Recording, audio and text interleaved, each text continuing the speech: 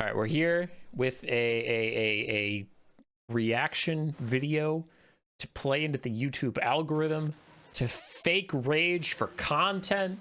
No, I actually do have thoughts, and I thought I would get resident Pantheon / Empire main Bl00dpenguin to hang out with me and share some thoughts, and maybe bring someone who is possibly positive on these changes in to counteract all my negativity. So, hi, Bl00dpenguin. Hello. All right, first up, not the Empire. First up, what do you think of the Grand Cathay stuff? So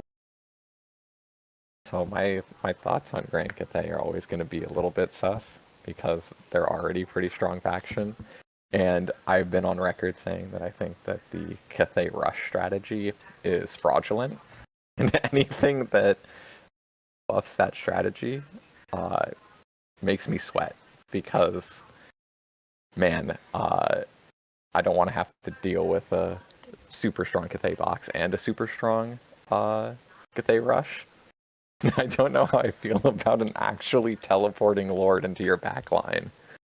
Yeah, I have two thoughts. One of them I'm gonna save. I'm gonna save it just for a little bit because it's kind of funnier at the end of the video after we talk about the Empire. So the only thought I have that I'll share right now is I was talking on my Discord. A lot of this looks really cool, and I'm not negative on the DLC overall. But I do have to say, it's funny to me that everyone's most hated unit of the last DLC was the teleporting worm. But second to that was the unkillable Footlord with a Mortis engine. And CA was like, we heard your complaints, and we made an unkillable Footlord with a teleport. And I'm like, why? Why did you take two of the worst things from the last DLC? And you're like, yes. Yes, this. Well, we don't know how unkillable they are yet. That's like the only hope that I have is that they are actually killable. True. But, you know, I'm not like the most hopeful of that. But if they are like killable, then diving into a backline is just a terrible idea. But if they're not killable, diving into a backline is a fantastic idea. That's fair. We'll see. Them being a Lord, like, they are competing with already really good Cathay Lords, so it's possible that this isn't, like, that's kind of an overreaction. We haven't seen what the normal warrior guys look like anyways, so it's hard to make, like, a full judgment on how Cathay is going to be yet, but... For sure. It was just funny. Yeah. That was, like, my immediate reaction. I was like, that seems like it could very easily be a problem. I also don't have strong thoughts on it, but I like that they came up with new... CA always does this. They come up with a new mechanic, and then they like to deploy it in, like, several units in a row. And I find it funny that Cathay has two of them almost exclusively, but over and over again. And that is detecting stealth units and Executioner.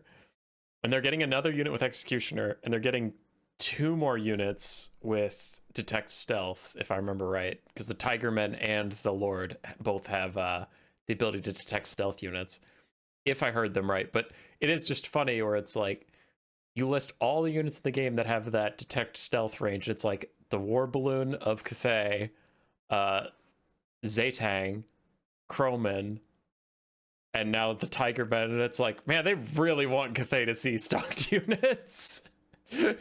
yeah, it's like, it's not actually that, like, particularly useful, but no. They do really stack that, huh? Yeah. They're like, man, we really just want all the, like, nothing is hidden from Cathay, and we really don't want anyone to ever bring Lord Magistrate for any reason. Correct. So, we did our due diligence. Again, I have a second thought on Cathay, but I'll save it for the end of the video after we talk about the Empire. So Empire stuff. Before I turn into a salty spittoon, how you feeling? How you feeling about the Empire? So I'm glad that Boris is finally getting into the game. I think that that's cool. I like Boris. a lot of the other stuff, them getting another DLC, man, that is so funny. When you actually told me about, like, oh, you should, you want to talk about this? I was like, Empire DLC, what? Is that a thing? And yep. It's their 4th DLC, and they've had a rework as a faction, so it's like, I count their rework as a 5th DLC. If you remember the old Empire campaign to what it is now, it's so different that I was posting in all caps on my Discord. I'm like, get them their 5th DLC, boys. They need it. Yeah. I really don't know how that happened. Like, what I am happy that Boris is in the game. I do like the Empire. It definitely feels like I'm sacrificing Britannia at the altar of getting a 5th Empire DLC, but it's cool. The only big fear that I have is that currently right now, Boris is the most consistently good Empire Lord. His ability to terror out and heal is just fantastic. But they're kind of nerfing that, maybe, because Crush the Weak, which is Boris's like main ability. Yeah, I have it pulled up on the screen for them. Getting nerfed? Like, I don't know if that's intentionally that it's supposed to be getting nerfed, but what they were changing it to is so much worse than what Crush the Weak is right now. Yes, so did you hear why they're doing that? I didn't actually. Because every Ulrich unit is going to get Crush the Weak. Well, that just makes it worse. Yeah. But I'm just giving you context, so it's like, if they left it how it was... I don't know why you're complaining. All right. Yeah. So that's the context. They're making that like an Ulrich unit passive, not a Boris passive. So then they need to make it much weaker because it could be army wide. There's just the context for you, but I definitely agree. It is for sure a nerf of an ability. Yeah. Which means that Boris might, like, this is his DLC, but he might just be getting like giga nerfed here. True. Which I think would just be very sad to be getting nerfed on his. Getting nerfed on his own patch would be just very sad. It would be very sad. So we know of 2 units: the Knights Panther and the I can never Tutijin Guard. Tutijin Guard. I have thoughts on them, but before we get to that, let's like finish thinking about all the units. And you said you might have known what some of the teasers were. So the people were saying that the 3 images that they showed for the teaser, the one that's like everyone's fairly confident of is the priest, or the Ulrich, so the high priest, as the legendary hero, which that makes perfect sense. Okay. And the Celestial Hurricanum, which is another unit that's like, yeah, that's the only unit that they're missing from their roster. It makes sense that that's going to be there. One of the units in this, and the other one that they're saying is Warhound. Which I also was hearing that. Yeah, Warhounds was available to the Ulrich factions in the 8th edition army book, which is like makes it so that it is pretty likely that it is. But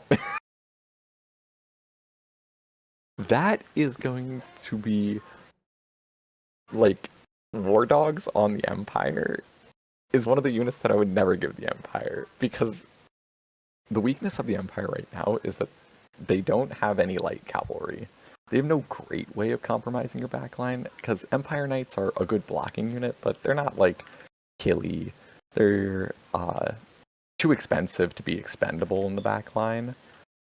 But oh boy, dogs. Yeah, I'm willing to throw dogs into the backline all day. So yeah, that's why I kind of wanted to get to this quick. Is the only one I was pretty confident about, and before anybody takes too much context out of this. I don't know what units are coming. CA has not told me. I know just the rumors I hear among my own Discord. People seem pretty confident about the dogs, and it's like, if that's true, I am tilted. I am so tilted. So like, the Empire got a Dragon Lord, which they're not supposed to have, like Elspeth, but like as far as like the contract of Warhammer goes, the Empire is not supposed to have dragons. That's kind of a high elf thing. But then they get maybe the best dragon in the game with the laser breath attack. And then another kind of like pseudo contract with the community is that, well, at least they don't have dogs, and now they're getting dogs. And it's like, okay, well, at least they don't have good infantry, and then they get the Tudorjan Guard or whatever. Like, and again, I don't know if any of these units are going to be overpowered. They haven't been released yet. There's a lot of context, but it's like immune to psychology elite infantry, which it's a meme at this point. But swordmasters of Hoeth and like chosen aren't ITP unless they're of Slaanesh. So just every new DLC releasing every elite infantry that has ITP is just a middle finger to these objectively better units. And it's like, hey, cool, the Tudorjan Guard are braver than Swordmasters and Chosen. It is like, I was going to mention how it's like, another immune to psychology unit, let's go. Oh man, that's so funny. Well, they were talking about, now they said this, I don't know if it's true across all of the units we're going to be getting, but they said the Ulrican units all would get immune to psychology, kind of like Slaanesh. Like, Slaanesh is a whole faction, the Ulrican units are like 4 or 5 units, right? But they were saying like, oh yeah, all the Ulrich worshippers are immune to psychology, and I'm like, 2 things. 1, still fuck you, Chosen, apparently. And 2, I feel like you guys are throwing immune to psychology around a lot now without realizing how powerful it is. Like, terror routing is a big mechanic in this game that Slaanesh's entire faction ignores, and a lot of DLC units ignores, but just releasing a whole DLC of Empire, basic ass men who are immune to psychology too. It's like, I feel like the Manticore is that Michael Jordan like gif of, I took that personally, but there's nothing you can do about it because his terror doesn't matter. Yeah. The one saving grace that I think that it's going to have is that I think that those guys are going to be too expensive for the Empire to really use.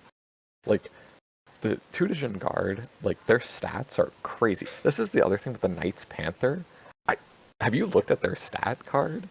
Yeah, they're like dragon just princes. Compared it? Yeah, they are so expensive. And they're going to be competing directly with Demigryph Knights for their role. And they don't have AP. So the only reason that you'd ever take them is if you're taking Balthazar Gelt, which, to be fair, he's a great lord. And but Plague of Rust is the only way that you can make those guys work because they are so expensive, or they're going to be, because that stat line is crazy strong.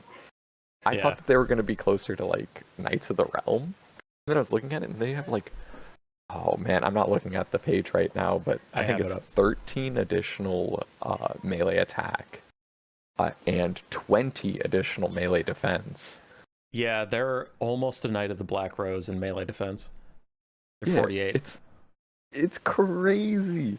That unit is going to be so expensive, or they're going to be incredibly overpowered, or they're going to get nerfed into oblivion between now and when they're released. Yeah, for sure. And like, I meme on the immune to psychology just because I do think it's getting thrown around a bit too much in recent DLCs, but I did try and preface earlier, we don't know if these units will be overpowered because cost is king. Like, these stat lines look really good, but if the unit's 2,000 gold, then it's worthless, right? So yeah, the big thing that the Tudorjan Guard specifically is going to have going for it is that it's going to just be another unit in the Empire's toolkit where you're like, it's like Bestigors on Beastmen. The unit is pretty bad by itself, but the fact that you can just go 4 and nobody's expecting you to have an armored front line, and suddenly you have a huge armored front line, like, the Empire is going to be able to catch people off guard by just having like 5 mini chosen or 4 mini chosen in the front line that you've got to deal with. Mm-hmm. And you're probably not expecting super elite, heavily armored infantry frontline from the Empire. So I agree. that definitely helps the Empire, but it's not going to be like huge buff. Whereas if they get war dogs, you're going to be seeing so many mass mobility builds that it will make your head spin. Yeah. Yeah. And then I think that's all they really confirmed. So now, while we're talking about the units, I'm going to go back to the Cathay thing. This is what I wanted to mention. And this is a joke. For anybody out there who's taking this too seriously, this is a joke. But CA hates Skaven.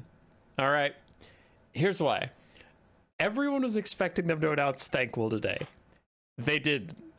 But then, instead of announcing Thankful, they announced the most fuck you Skaven units for both Grand Cathay and Empire, which those matchups, Empire used to be heavily Skaven favored. Now I'd say it's even after Elspeth showed up. And then Cathay used to be Skaven favored, and now I say it's Cathay favored.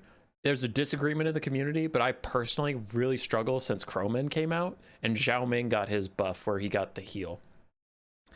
Well, now the next DLC is coming out. There's a teleporting Foot Lord that can disrupt a whole bunch of crap, detect stealth, all that garbage. So, and she has Stalk and Vanguard. Oh, and she has like 5,000 HP. This is not a squishy lord. No. And then her Tigermen also, like, can just run up on you. I think they might have Stalk. I don't remember. They might have They do Stalk. have Devastating Flanker. Yeah, they have Devastating Flanker. So it's just like Cathay got more tools to pair with their Croman to just fuck up Skaven's day. And if you want to bring any weapons teams, good luck, idiot. You have a teleporting Footlord that's just going to show up and disrupt them. So Cathay is probably screwed. And then Empire, you guys might get dogs, which is so cool for Skaven. That's fun. And then everyone gets crushed the week now. Again, this is a meme, but everyone gets crushed the week. That's cool. That's great. That's awesome. Super glad that that's happening. Fucking. Well, Crush the Week doesn't lower leadership anymore. We so don't Boris know. Is actually gonna be worse. We don't know. Maybe true, they will. True. Yeah, it's just a funny meme. It was like, how can we make both these factions way better against Skaven? I was like, God damn. I think Skaven's about to take a little bit of a tumble off the tier list. Yeah, dogs, like on a more serious note, dogs is going to be really bad for that matchup for Skaven. Because like right now, the only mobility you have to worry about is either flying, which you can net, or slow. Because Empire Knights are slow. Well, yeah. I think dogs is going to make the paradigm of so many matchups just way, way different, because the speed of a dog compared to like an Empire Knight is just insane, and like the killing potential of a dog compared to Estelier, which was like your best light cavalry, quote unquote, is also insane. Like dogs would be one, like if you were to tell me like what unit would you never give the Empire because it would make them kind of OP, it was light cavalry. Didn't we have this conversation where it's like if Empire got Illyrian Reavers, they'd be the best faction in the game? We did. It was when they got Hawk long rifles, and we were also saying that wasn't a great idea. Yeah, dogs, that's probably the second best unit you could give them. So, unless these dogs are like, I don't know, 800 gold, like lion dogs. I think, to be fair, I think they are Fleshhound sized. Really? The Empire grows them that big? That's what I'm hearing. And that would seem to track with the recent DLCs, which I do think if they are Fleshhound size, that is actually worse for the Empire than if they're regular dogs. Oh, 100%. Like that would actually, I've been kind of operating on the assumption that they'd be normal sized dogs, but Fleshhounds, it's not good. Well, Oh. I mean, for the Empire, it's fantastic, but it is less terrible for everybody else. Yeah, so my basis off that is Norscan Ice Wolves are large, Fleshhounds are large, and then some other Saber-Tooth packs are large. So it feels like nowadays, if you get a special dog unit, it's going to be large. Like, I have no tabletop basing for that. I have no lore basing for that. I just know how CA designs units. And I'm ready to be wrong, but I'm like, it's going to be a large unit in my mind. Yeah, I mean it's more hype if it's a large unit as opposed to Exactly. like, yes, look at my like 350 gold dog. It kind of sucks at doing everything, but actually multiplayer guys are gonna love this. Well, yeah, that's kind of my point. Is like this again. This is pure speculation, but on CA psychology, they don't want their new DLC unit to be smaller or like meeker than other things. They want to see like they're literally going to want to say the dogs of Ulrich, like the wolf god, like he's got the biggest dogs. Look at him compared to these other things, and they're going to be standing next to a regular Chaos Warhound. They're going to be like a shoulder taller and like musclier, and that's going to make them a large unit. And I just see it, and it's like that is objectively worse for the Empire, but they're going to do it. They're Yeah, going to but make them I large. think that the universe would like take a deep sigh of relief if they were large. Because the last thing that you need is a bunch of dogs running between the Empire Knights to just make it so Empire Knights actually deal damage now. Mm-hmm. World that I was envisioning, I was like, oh my god. I mean, they still could be. This is entirely speculation on my part, but I'm just like the recent DLCs and how they've made units makes me think that these are going to be large dogs. So, my closing thoughts, because I'm a hater. My closing thoughts are why? What? Empire had a DLC like 2 DLCs ago. Thrones of Decay. What's come out since Thrones of Decay? Thrones of Decay, Omens of Change, Tides of Torment, right? Did it come out in that order? I think so. Yeah, I think so. So then there were this will be a 4, so it's like there are 2 DLCs between Empire DLCs this late in the game, and it's like my boys Vampire Coast, Tomb Kings, they have no DLCs. Britannia has 1, Rapunzel, and was Rapunzel just a lord? No, she was a free LC. Okay, Britannia's gotten no paid DLCs.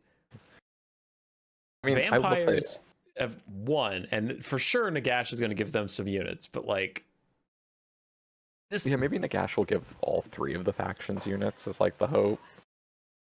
That's the hope, but I don't know. A 4th/5th Empire DLC is the units sound cool. Boris needed to love. I get all that. It's like everything in the DLC. I get it. It sounds cool. It sounds fine. My complaint is that they're still getting DLCs when there's so many factions that are like, bro, come on. I mean, as I said earlier, this comes at this like we are sacrificing Britannia to the wolves. Is this faction ever getting a DLC? I don't know. I'm gonna like I'll be like dabbing my tears on the back of my warhounds, but at the end of the day, Empire is cool. This is the rich kid coming in with his like 3rd Rolex, and you're just struggling to afford school supplies, and you're like, listen, I'm not dissing the Rolex. The Rolex is cool, but did you need another one? Come on.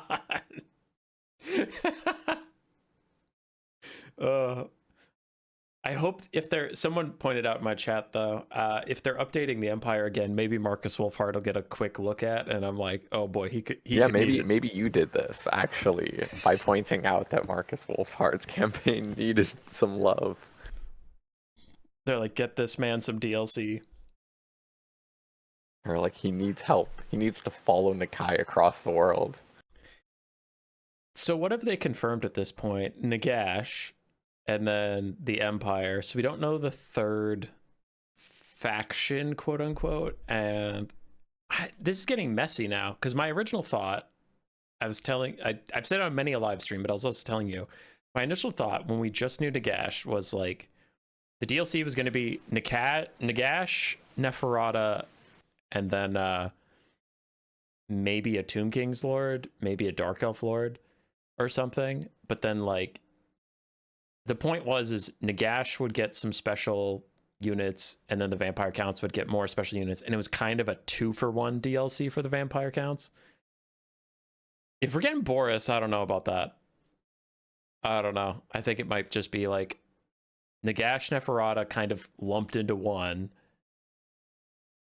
Boris, and then I don't honestly know who to expect for the third faction, because this came out of complete left field for what I was expecting. Yeah, I will say I was not expecting this at all. I mean, literally, you were like Empire DLC. I was like, I'm sitting at work and I was like, Empire DLC. What is he talking about?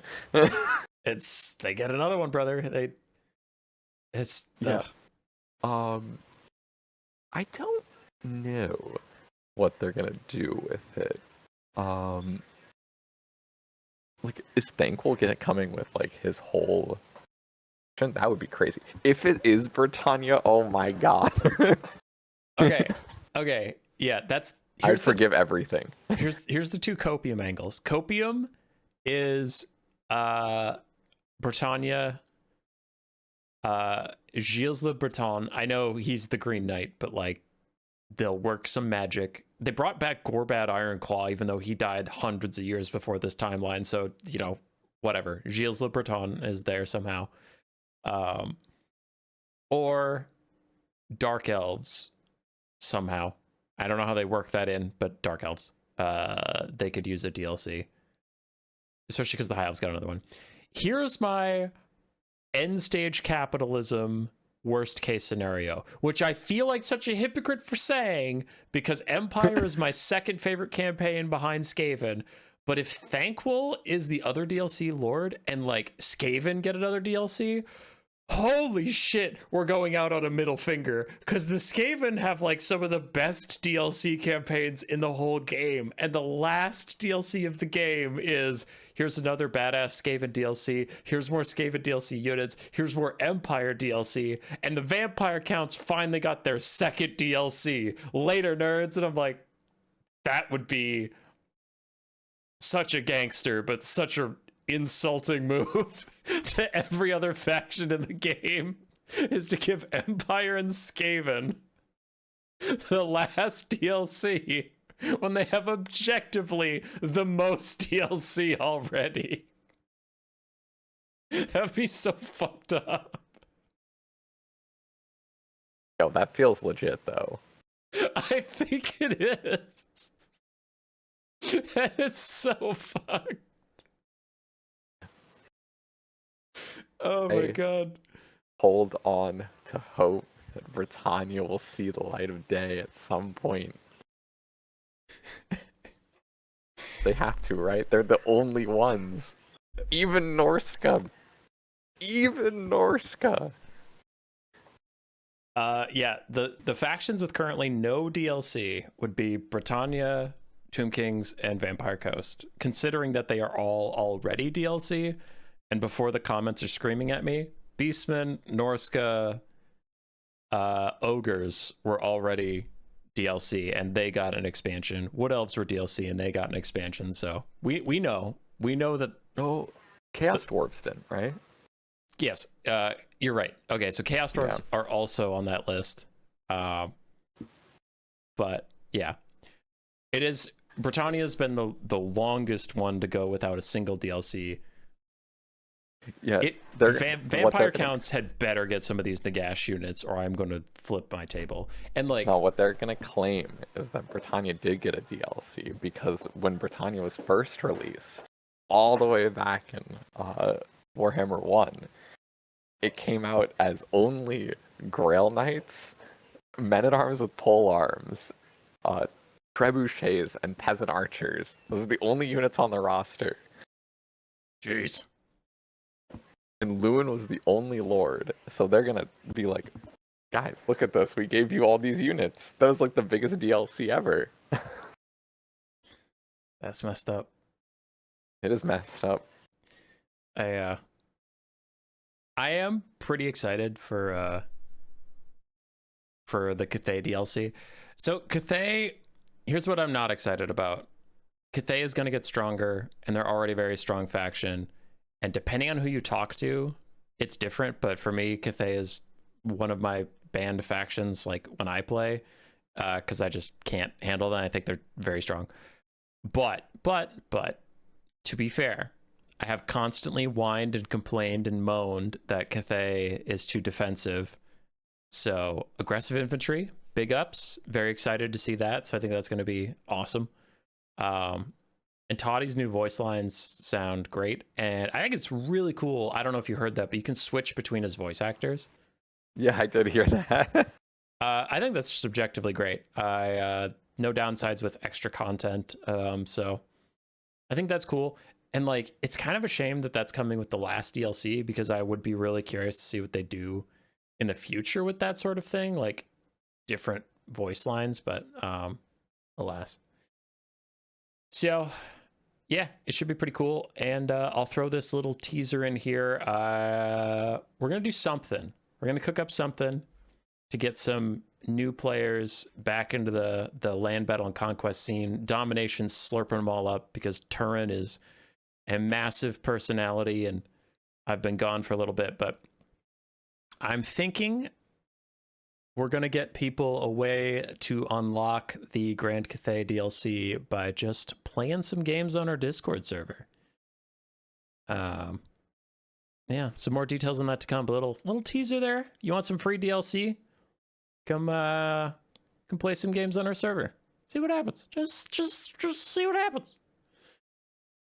All right, Penguin. I got to edit this and get it out before going to bed. So thank you for your time, sir.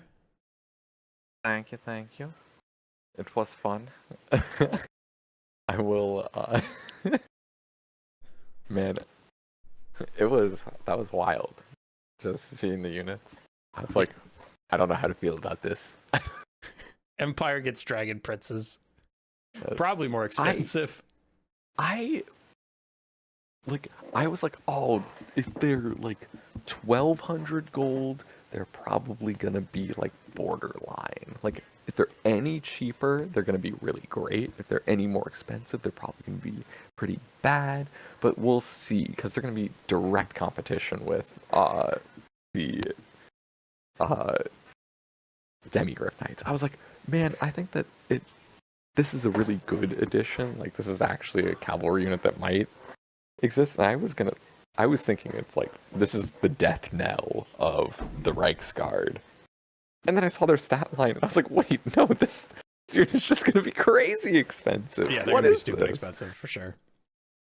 Like, those stats actually like blew my mind. I was like, what? They might be good against ogres. Might. Yeah, I mean, it depends. Like, they're probably more susceptible to getting lead belchered than Demigryph Knights are. That's true. But I feel like they can really put a hole in the Gorger flanks or the Bull / Sabertusk rush. And I don't think most ogres bring Crusher spam against Empire because of war wagons, so I don't know. I'd have to ask Taka what the meta is between ogres and Empire, but yeah, anyway, that's taken away from your point. I agree. If they are priced like Dragon Princes, then, which they should be, it's kind of redundant. Because what I was scared of when I was typing to you, I didn't really look that closely at their stats. I just saw anti-large, non-armor piercing, which to my brain said mid-tier cav. But then you look at their melee attack, melee defense, you're like, oh, this is a high-tier cav. Yeah, that's exactly what my reaction was. I thought it was going to be like, this unit is going to just like replace Reichsguard Knights in every capacity. Like, never are you going to take Reichsguard Knights over this unit. And then it's like, no, what the heck? This unit's going to be so expensive. Yeah, I pulled them back up. 80 leadership with ITP, 45, 48 melee stats, and then a weapon strength with bonus versus large. But I don't know what we can't see what the bonus is, but knowing their recent stuff, it's got to be at least 15. Yeah. I don't know. I think that they're going to be pretty bad at that price point because, again, like that is where you get to. You have to bring Gelt, but you can't bring healing and Gelt, or do you just double caster on the Empire? Mm. Like that feels not great. Well, here's Or my you could just Demigryph Knights are right there with both the armor piercing and the anti-large. yeah, here's my hot take that I think this unit might even be bad in campaign, to be honest. Because again, are you really going to invest in a Plague of Rustcaster in the late game when you finally get these guys? Or are you just going to grab like Demigryphs who can just do it all? Like, I don't know. No, I think I agree. I don't think that this unit is like. I think that this unit would be significantly better if they nerfed its price or nerfed its stats and then made it like mid-tier cavalry. Because, I mean, the Empire with if this unit costs 1,200 gold, I think that it's still borderline, like if it's good or not, because With reduced stats? with reduced stats, I mean Got it. what Yeah. it should be. Like this unit needs like this unit as currently stands cannot be worth less than 1,400 gold. But with reduced stats, 1,200 is where you're like, that's borderline because you still like it's not even a spearman that you get if you take a Demigryph Knight instead of it, right? You only get save 250 there. So like you do run if you want to bring Balthazar Gelt anyways. This is a great option. And just having anti-large cavalry in general is good, even if it's not armor piercing. Like Knights of the Realm, you don't need a Plague of Rust caster to make that unit fantastic. But It's also they don't. 950. Yeah, it's 950. I mean, it's a Knights of the Realm are like one of the most cost-efficient cavalry in the game because, like, yeah, they're not as good as Cold One Knights, even though Cold One Knights only cost 50 more than them. But they're much better against infantry. Like they're just a super all-around cavalry. But yeah, the man, I don't know. It's at the price that it's at, it's just untakeable. Or the stats, if they're any indication of the price, that unit is untakeable. So hopefully it does come down, and then they find a niche for Reichsguard. Yeah. Because what they honestly should do is, man, I don't even know what they should do. I lied. Because I was gonna say, make Reichsguard the immune to psychology cavalry. Remove immune to psychology from this cavalry and the Knights of the Black Rose. Make the Knights of the Black Rose the anti-infantry tanky cav. Make Knights Panther the anti-large, no armor piercing mid-tier cavalry. Knights of the Blazing Sun are the high charge bonus and magic resist cavalry with fire damage. And then Demigryph Knights are Demigryph Knights. Like, that would clear out the niches a little bit. Not like perfectly. I mean, like, but right now, like, Reichsguard are just souped up Empire Knights. Knights of the Black Rose are just super, super, super tanky. Knights of the Blazing Sun are just almost never worth it. Like, they're fun, they look cool, but like, why would you bring them? Here's my proposition. Knights Panther get 40 armor, but they get bronze shields and missile resist, like War Lions get for their pelts. And then their speed instead of 78 is like, I don't know, 90 or whatever is like slightly slower than light cav. but I don't know about their like tabletop stuff, so tabletop fans are going to yell at me, but I'm purely speculating on how to make them a unique unit that you would take in situations instead of just like this is better than Reichsguard, so you just don't take them. Like Yeah, I mean, if they went like they're basically anti-large, what are they called? Griffin, or not Griffin Legion, the Winged Lancers. Like Empire anti-large winged lancers, like they're closer to medium cavalry, but they have anti-large. They're faster. They're lighter.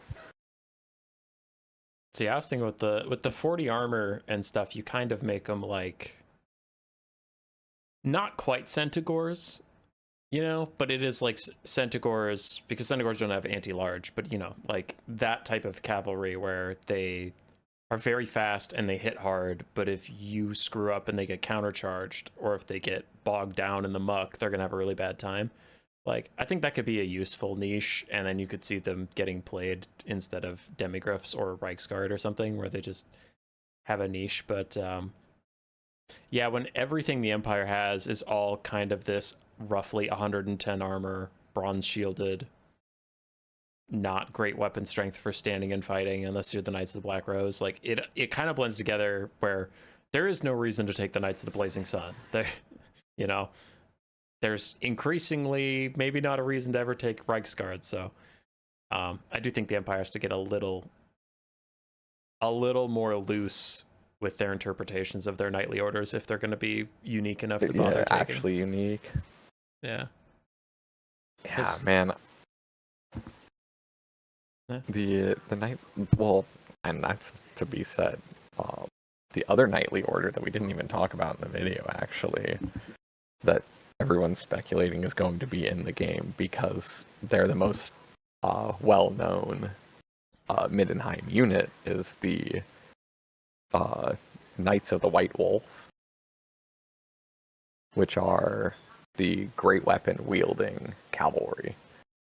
Oh, that could be really fun. Which, yeah, so like questing knights basically. The big thing about that is I don't know if they're gonna make that a campaign exclusive unit. I kind of hope they don't. I know the multiplayer community is going to hate me for that, but I don't know. Yeah, I mean, I would like that. I think that like, I mean, stubborn bulls are already there, right? Yeah. But that is, and the two things that people were saying is that there's the possibility that they ride on like monstrous wolves, so it'd be another monstrous cavalry, which would just be really fighting with demigriff knights. I don't know. They'd probably be. I didn't know about that wolf thing, but I was gonna say, like, I feel like demigriff knights might need a rework, and now let's pretend that those Knights of the White Wolf are in the game, right? Just bear with me for the sake of this conversation. So the Knights of the White Wolf are in there. They're armor piercing. You have the Knights Panther, who are pretty elite, anti-large. And now your demigriff knights are just sitting there like, what the hell? I think they should get a Rot Knight rework where it's like the demigriff mounts get like a lot more mass, a lot more HP, get some of the Rot Knight treatments, because Rot Knights like feel beefier than horses, whereas demigriffs honestly just kind of feel like horses. And obviously you'll up their price in this, but I think that's where they should go, is like juice the demigriff stats and mass and make them feel more monstrous now that the Empire has plenty of cavalry otherwise. Kind of like Crushers, I guess I would also say. Crushers are obviously bigger, right? There's a scale to this, but I'm kind of thinking like, you know how Crushers move through infantry and you know how Knights move through infantry? I would kind of want demigriffs to turn more into Crushers than Knights, where it's like, if demigriffs plow into a unit, they're not stopping. They are moving right through them. Like they're a unholy force of violence. Because like in the lore, griffins and demigriffs are like incredibly violent creatures, like barely tethered to reality monsters that the riders of the demigriff knights are kind of along for the ride as the demigriff takes them where it wants to go for the most part. Like I don't know. So I think with where I was going with that is with all these elite knights, I think you could like lean into giving demigryphs a bit more of a niche than just being like a flavor cav. Yeah, the see, on one hand, that sounds cool. On the other hand, but I like my demigryph knights. I love I've how been a carefully you tried to I've phrase been that. a demigryph knight enjoyer since like Empire or since Warhammer 2, and everybody's like, this unit sucks. It I does was like, suck. They I was like, still no, suck, bro. it doesn't suck. You just need to heal them. This is people keep bringing them without a life caster, and then they die, and they're like, and they also eat charges. Like demigryph knights are, they need to be babysat. They need tons of healing, and they can't eat charges. If you're eating charges through demigryph knights, they'll die so quickly. And that's what people are like, I'm gonna countercharge their cavalry with my demigryph knights. It's like, no, you're gonna die if you do that. Every time I talk to you, you convince me demigryph knights are good. Every time I go and take them after it, I get wrecked. And every time I message you and I'm like, I fucking hate you for telling me to take them. Every time. Demigryph knights are so good. They cannot lead the charge.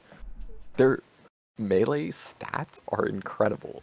Their weapon strength is great, but they don't have the HP to survive. Like, they can beat the Fireborn, but not if the Fireborn charge them. They will die instantly if the Fireborn charge them.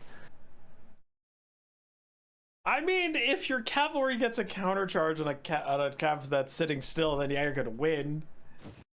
No. But what you do is that you.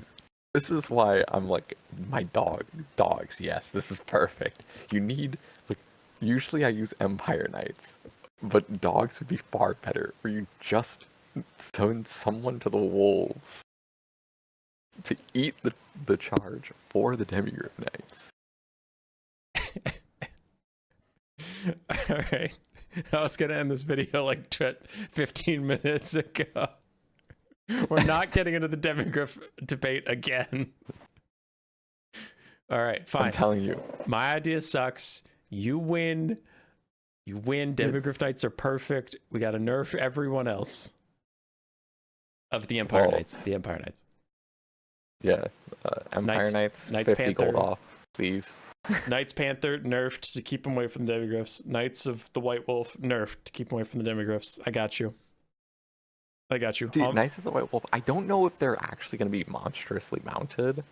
I'm super confident that they're going to be in the game. I don't know if they're going to be multiplayer.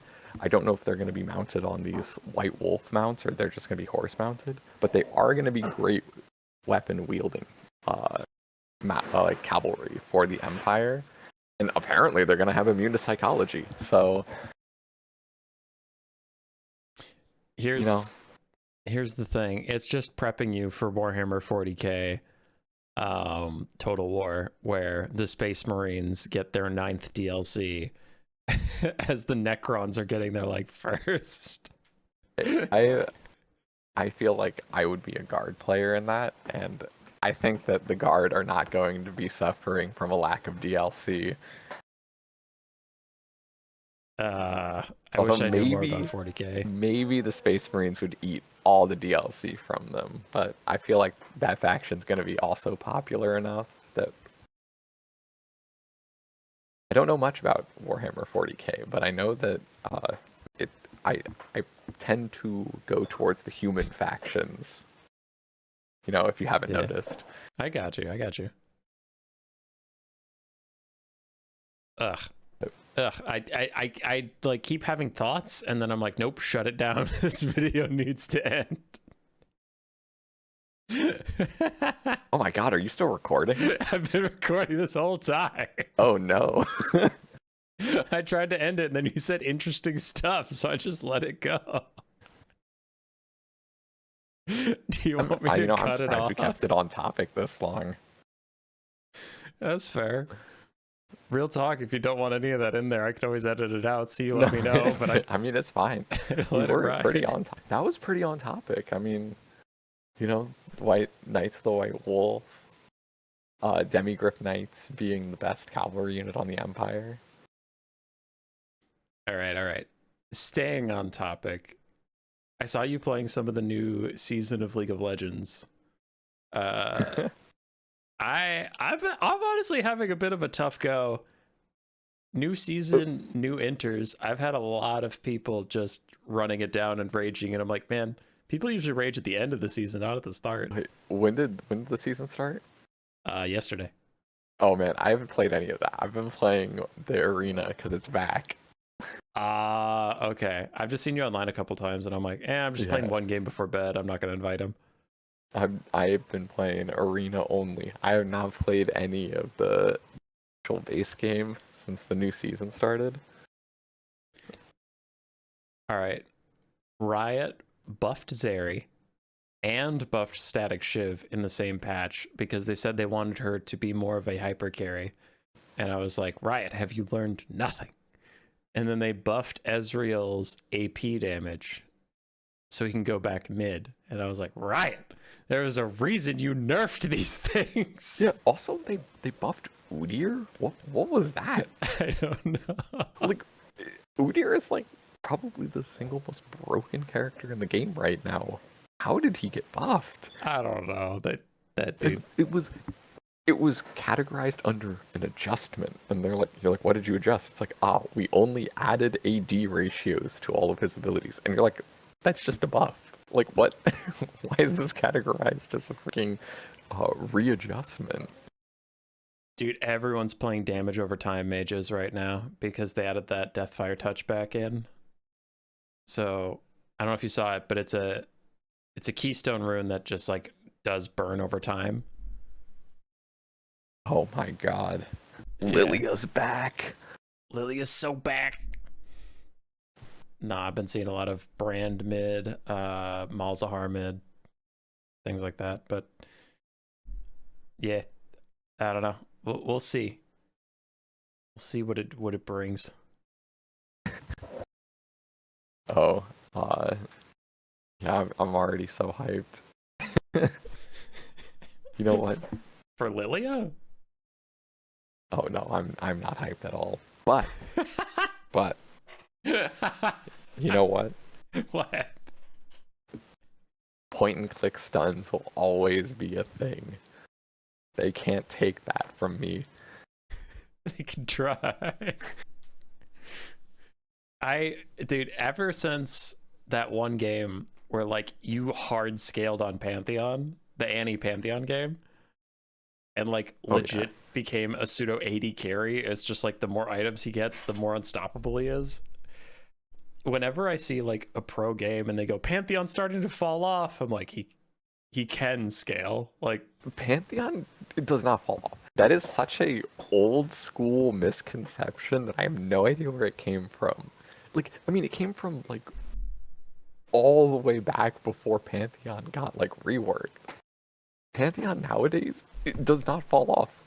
He's such a good late game character. I don't know where the idea that he falls off late. Like, if he can get blown up instantly, he can like start quote unquote falling off. But like, point and click stun late game is ludicrously strong. Oh yeah, Like, it's real strong. I've actually been tilting out of my mind. I watch the LCS every weekend, and then I listen to some old pro players like Sneaky and Double Lift, and them. They do this co-stream. I'll listen to them because I sometimes like to hear what they have to say on the game I just watched. And I have a lot of time at work to just listen to like podcasts, so it's nice to just keep it in the background as noise. Anyway, where I'm going with this is they are the most delusional people on the planet when it comes to 80 carries, my friend. They said the most powerful item in the game is the ruby crystal because they're like, it's so OP, you can just buy health. And I'm like, you guys just don't like it when anybody can survive more than 2 seconds against you. And I don't know. They were talking about how like Blade of the Ruined King is one of the weakest items in the game and it sucks. And I'm like, okay, how are you going to kill those high HP tanks? And then they're watching high HP tanks just run over like poke Varus and Jhin in a pro game, and they're like, see how AD carries are so weak, how can they kill this? And I'm like, I mean, you picked the worst AD carry in Jhin for killing tanks until 6 items, and then for Varus, you're building him without any HP shred or attack speed. So yeah, if those two poke characters could just one tap a Mundo, I think the game would be pretty fucking bad. I think that like the big problem is just the mindset of pro players, and I definitely mentioned this with you before, but it's like the idea of like we need to win fights before fights really break out, because like that's why like poke Varus exists, and Jhin, like these are characters that they're trying to like injure the other team before like a dragon fight. Like yeah, if you land a Varus Q over the wall like a squishy mid laner, then the other team is like, oh, we can't even fight over the dragon, and you secure the dragon for your team. But like that comes at the price of, if Mundo ever finds you, he just walks at you and you literally can't do anything.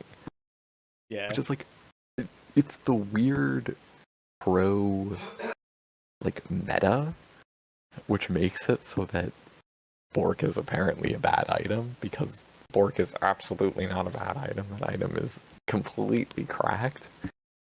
And also Pantheon should be building this item a lot more in pro play. I don't know why they don't.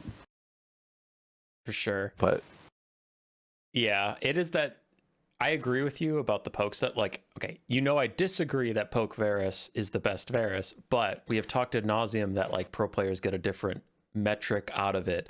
That's why they build a poke. I get that. But specifically the comment about like tanks are OP, what can poke Varus or Jhin do? I'm like, well, that you literally drafted to not shred tanks. Like, I don't know, play Vayne, play Kai'Sa, play honestly any other AD carry.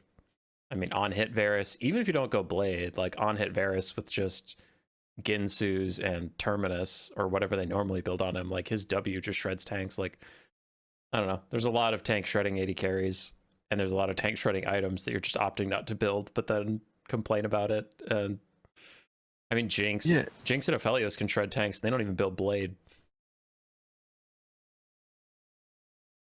Yeah, that's like that is the biggest thing where I'm just like, you can't complain about it if you didn't, like, if you could have prepared for it, but you didn't. Like, and that is the most common way that I see, like, pro teams lose in draft, where you're just kind of like, how do you deal with that? And the answer is, well, you don't. I just had a really dumb thought. For some reason, I really want to see the Knights Panther, like, charge Mundo. Because Mundo doesn't build any armor. So I'm like, holy shit, their anti-large would actually shred him. I don't know why I had that thought. I think it's because I still have the Knights Panther up on the screen that the chat would see. So I just like look over and I'm like, oh yeah, Mundo would get charged by the Knights Panther. Well, I've said always that my like mental character for if I was making League, what I would try to do as a character would be like just like a straight up regiment, like 10 models. Imagine mindset, 10 models, with like the leader in 2 rows. They're like little tiny, I would say like toy soldiers. And then your abilities are like, they form square, they form column, they form line, and they bayonet charge. I like it. And then your passive would be like morale. So each time you go into a form, it like if you go into column formation, you gain a movement speed that decays over time, and then it just becomes you move passively faster. If you're in line, you deal more damage, and when you first turn into it, you shoot like a massed volley that slows. And then in square, you become unstoppable immediately, and then you move slower but you can fire in all directions. Okay. And that would be like, I would say that their passive is like discipline, and every time you switch formation, you lose discipline, and then if you take too much damage too quickly, your discipline breaks, and you scatter into like a horde and disorganized mob, which instantly fears your model, and then you move slower as a disorganized horde. And then you switch to any stance to break it. I like and then your it. bayonet charges, you go into the disorganized horde immediately, but you gain a huge movement speed buff and a big attack buff, but you become a melee champion.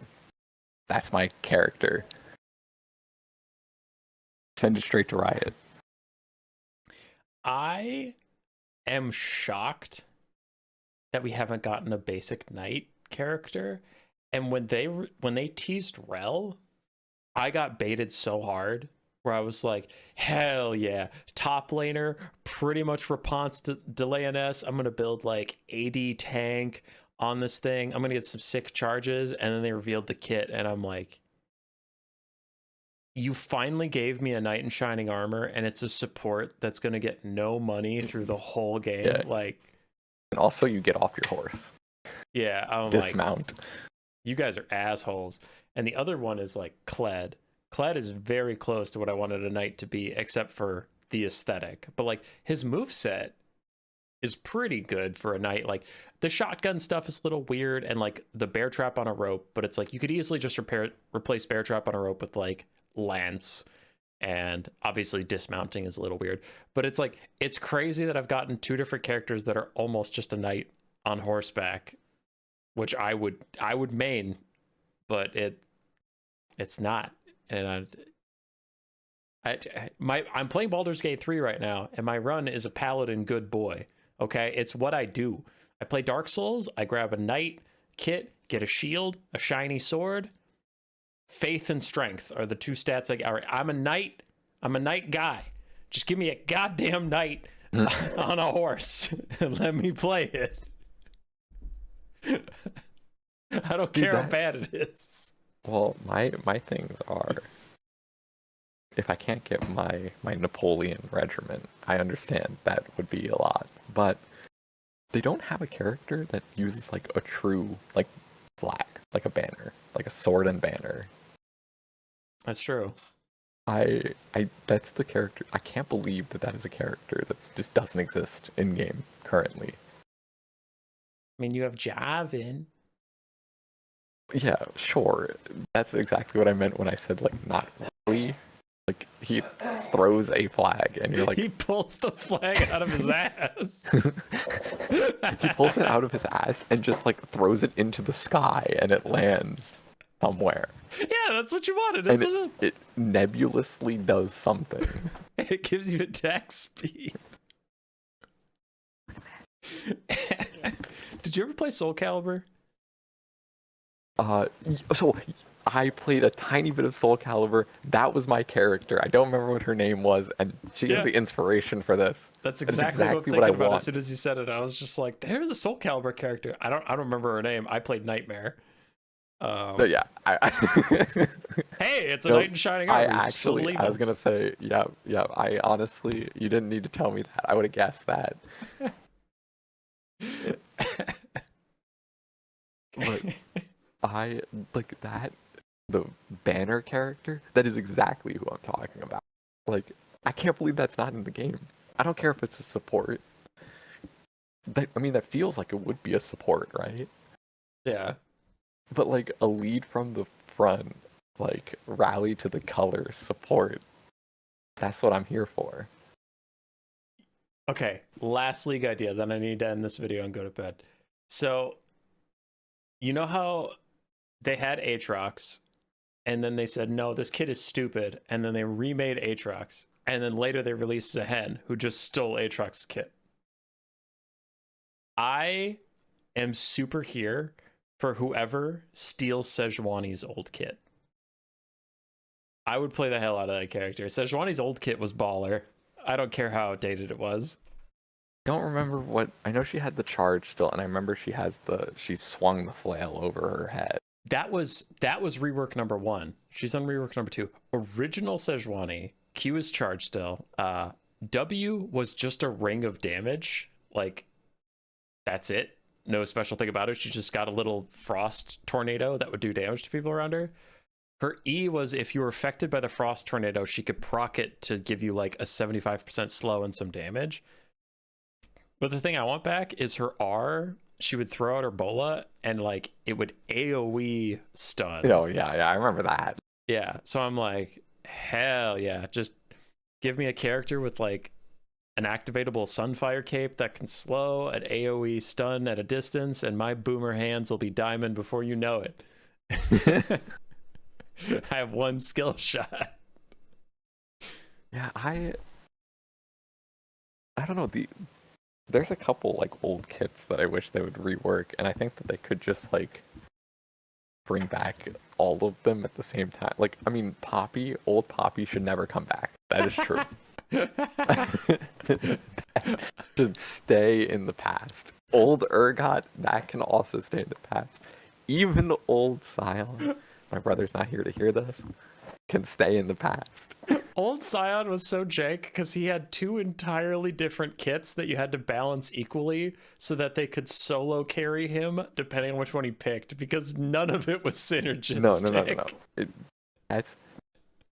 I disagree. I think that Scion had 2 builds that you went completely opposite directions. You either were full AP and you had 2 100% scaling, 100% AP scaling, like point and click stun, and a 100% AP scaling shield that blew up.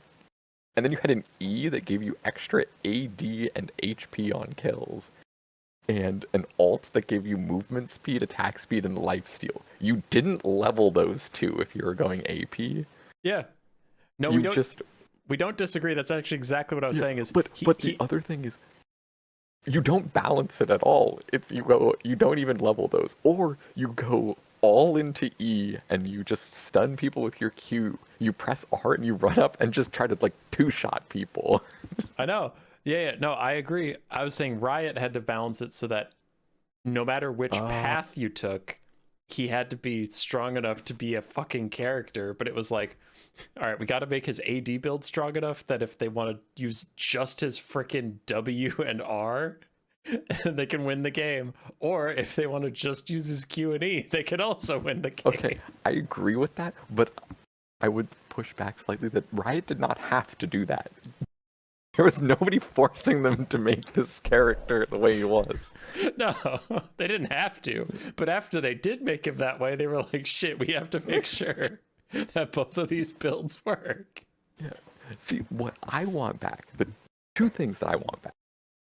I want old Pantheon passive back. I think that was like a super simple and like high skill expression ability. Just every like 4 attacks, you gain a little shield that blocks the next auto attack, and yes, it can block tower shots. Yeah. And you can press W to instantly get your passive up, and it doesn't remove your stacks, which is where the skill expression angle came in.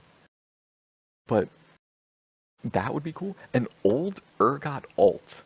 I cannot believe that a new character hasn't gotten it, because on old Urgot, it made no sense. Old Urgot was, you were a long-ranged character whose whole goal was to hit them with your little corrosive bile so that you could lock on shoot from like halfway across the screen. But his ult is switch positions with a character from not that far range. So like, you're like, if you're in range to ult, they are already too close to you. You're putting yourself in the enemy team. Like, what? Why not give that exact ability to like an actual tank or a tanky support? Because man, if Braum or Mundo had that as their ultimate, yeah, exactly. Like a tank that just like, I suppress your AD carry, and then I switch positions with them. Like, if you flashed forward and ulted like that, like, instantly team fight starts, because it has to. Yeah, I love Rammus. I hate Rammus's ult. I think it's stupid. Um, just give Rammus that one. Like he just rolls up in his little ball and then swaps places with your carry, pops W and waddles back towards his team. He's just like, please don't shoot me. I just want to leave now. I Yeah, did my job. Rammus would be like the best character for it, but like just anyone that's like that, that has that sort of skill set where they're very tanky, they like struggle on engaging, and that's their only engagement tool. Like that would be a really good. That's a really good character concept. I don't know how that ult has never come back. You monkey's paw it comes back, but it's on like Xerath. Yeah, like yeah. Make it on just an even more useless character than it was already on. Oh, you thought Urgot was bad. We'll show you. Yeah, I just don't get how some of the old characters existed the way they existed. And I know that they bring back stuff because like Zaheen, of course, like you already mentioned. And man, when Zaheen came out, my brother was so mad because he was an Aatrox player back when Aatrox was auto attack reliant character. And then they changed Aatrox into like Riven, but looks cooler. Mm-hmm. Well, I remember when Vayne was Vayne, and now Akshan is Vayne, and I remember when Sona was Sona, but now Seraphine is Sona. So yeah, they're definitely not against just re-releasing characters. Man, the Seraphine Sona thing specifically, I'm like, I actually can't believe that happened. Because Seraphine is just a rework of Sona. It's really funny. I can't believe they're both music based. That's like, the fact that they have the exact same kit is one thing. The fact that Riot was so bold to just literally remake Sona, I was like, damn, dude, you didn't even hide it. Things. Sona's a mute. But that kind of is the whole point. It's like, wow, Seraphine's kid is just Sona's but better, and she can talk. Get fucked, Sona. Yeah.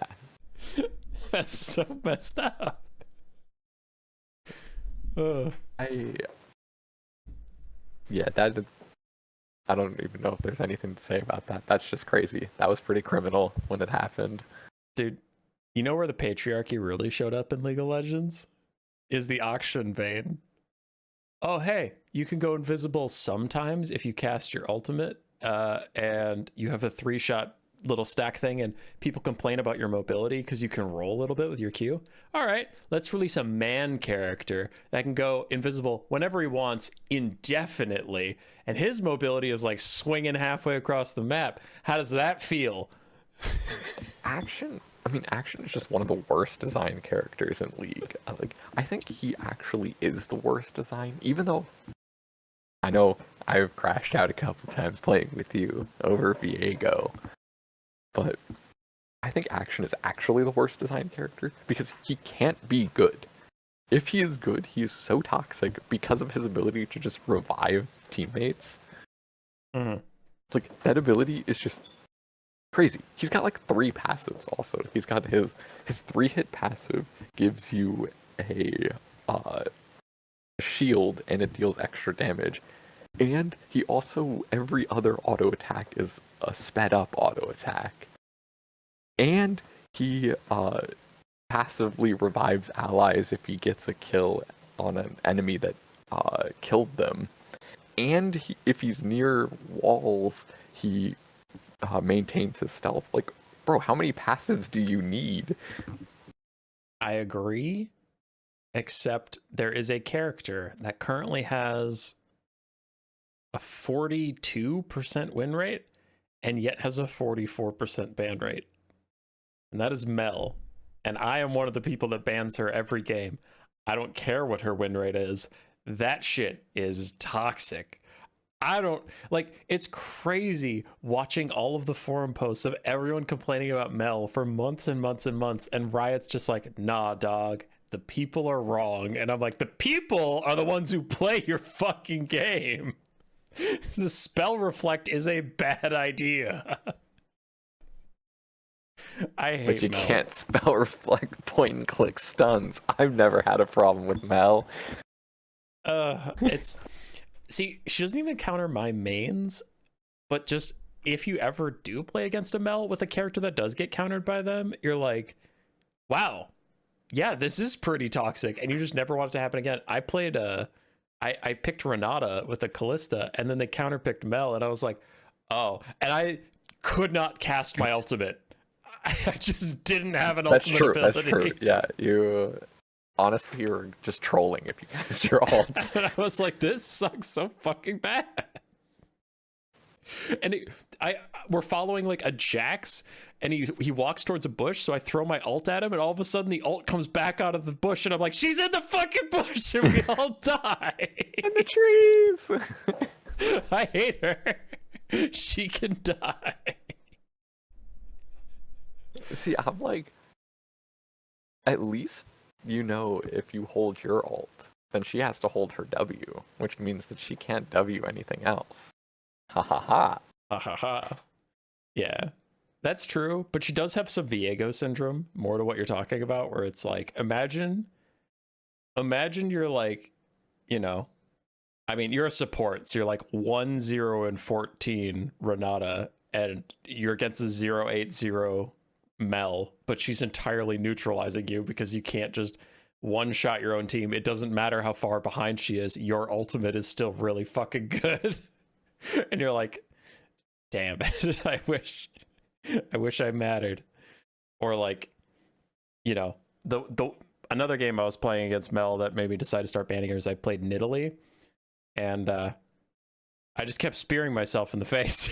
And I was like, you're not even good, but my spears are very fed, so you keep half healthing me. And I hate it. Yeah, I've thrown a spear into my own face as Pantheon, but when you do that, it's usually like you get a spear thrown into your face, then you get like, you just go like, I'm angry, and then you W them. Wait, you play Ashe. How are you okay with Mel?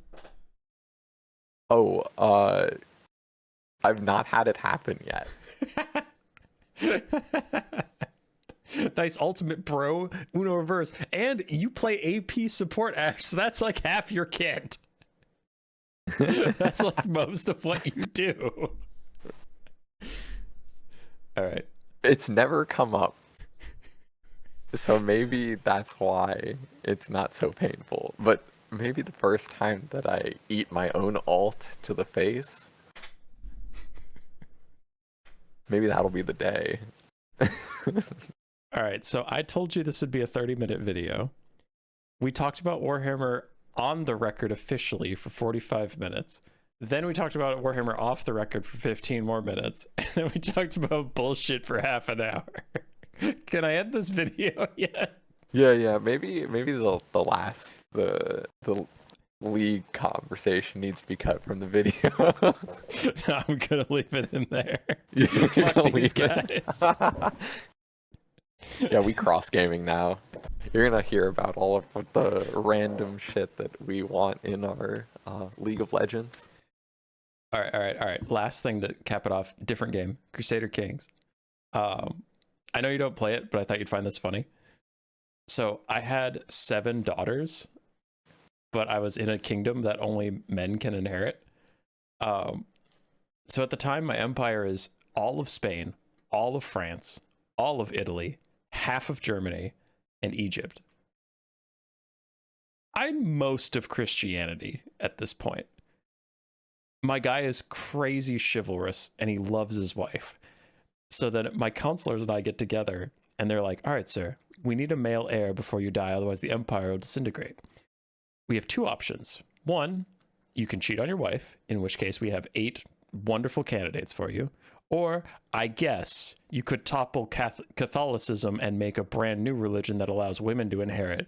But that would be crazy. So let's take a look at that one. I'll make a new religion. Sir, please. You destroy the world order. And I'm like, nah, I ain't cheating on my wife. This is like the reverse Church of England. Yeah.